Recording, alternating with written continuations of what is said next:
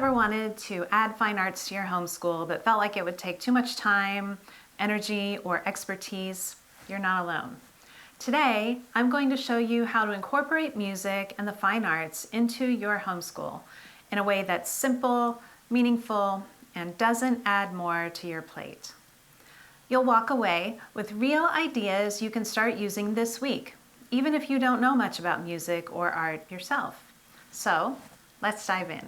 For a lot of homeschoolers, fine arts can feel like a luxury item, something worthwhile that you wish you could include, but impossible to fit in, and challenging to teach when they're just not part of your background.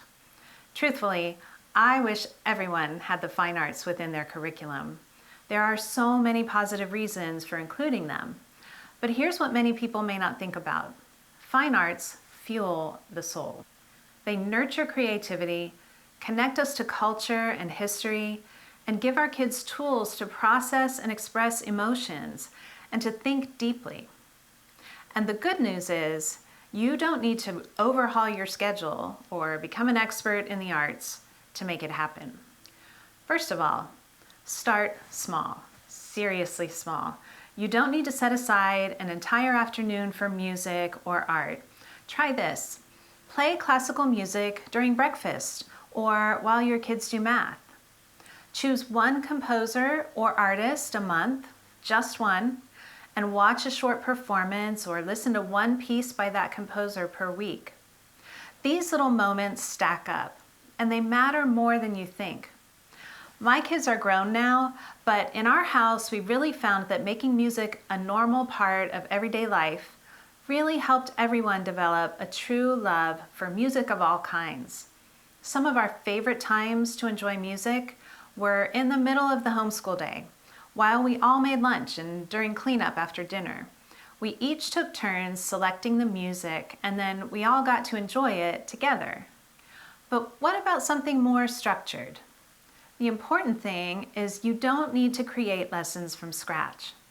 There are amazing resources that make it easy to plug fine arts into your week, even if you have zero experience. So our second idea is to choose fine arts resources that do the teaching for you. And yes, one of those resources is my own program, MusicIQ, which I'll tell you about in a minute. In choosing a fine arts resource, look for things that are open and go. They don't require lots of effort for planning or execution. Things that feature listening to or watching great performances. It's probably obvious that listening should be a major element of music education. Things that don't require you to teach music theory or read sheet music if that's not something you're familiar with. And things that are age appropriate, designed to fit your child's stage of development. Use the fine arts learning you're doing for school credit. Fine arts courses count as electives on your student's high school transcript. If your child is taking ballet lessons and participating in a spring performance, or working with an instructor to learn to play an instrument, or participating in a local musical theater program, these are just a few examples, add those to your child's transcript. The same is, of course, true for any programs you're doing at home. When you include music appreciation or music history in your week, you're checking a box that might be a requirement of your state or of colleges your child plans to apply to, and you're enriching their education in a meaningful way. It's definitely a win-win. If you're adding fine arts into your homeschool or family life, but not worrying about course credit for a transcript, then you don't need a separate fine arts hour in your homeschool day. A great idea in this case would be to include fine arts learning in other subjects. If you're studying the Renaissance in history, pair it with music by Palestrina or art by Michelangelo. If you're doing copywork or handwriting, use poetry or quotes about beauty or music. If you have a naturally creative kid, let them draw a representation of what they hear or choreograph a dance piece when listening to a symphony. Be sure to have them share their creation with the family. In my opinion, this kind of overlapping learning is the best, helping students make connections between history, culture, art, faith, politics is such a great way to teach, and to keep your child's creative and intellectual muscles flexing.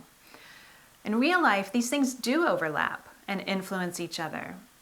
Learning that reflects those connections is richer than learning that keeps subjects separated into independent categories. And just start. It doesn't have to be perfect or highly planned. You don't need a perfectly structured fine arts program before you can begin. You just need to begin. Start with one piece of music, one painting, one moment of beauty, and build from there. Show your children that you believe beauty matters and deserves a place and priority in everyday life. Would you like an easy place to start? If you're not sure where to begin, I've got a free resource for you. It's called 10 Classical Pieces Every Homeschooler Should Hear. And it's a great way to dip your toe into music appreciation with no prep required. You can grab it using the link in the description below. And if you're ready for a one-semester music appreciation and history program designed for middle and high school homeschoolers, check out MusicIQ. It's simple, video-based, self-paced, and completely mom-friendly. Thanks for watching. If this helped you feel more confident about adding fine arts to your homeschool, then like, subscribe, and leave a comment telling me what's one of the fine arts subjects you would love to include in your homeschool. You've got this, and I'm cheering for you. See you in the next video.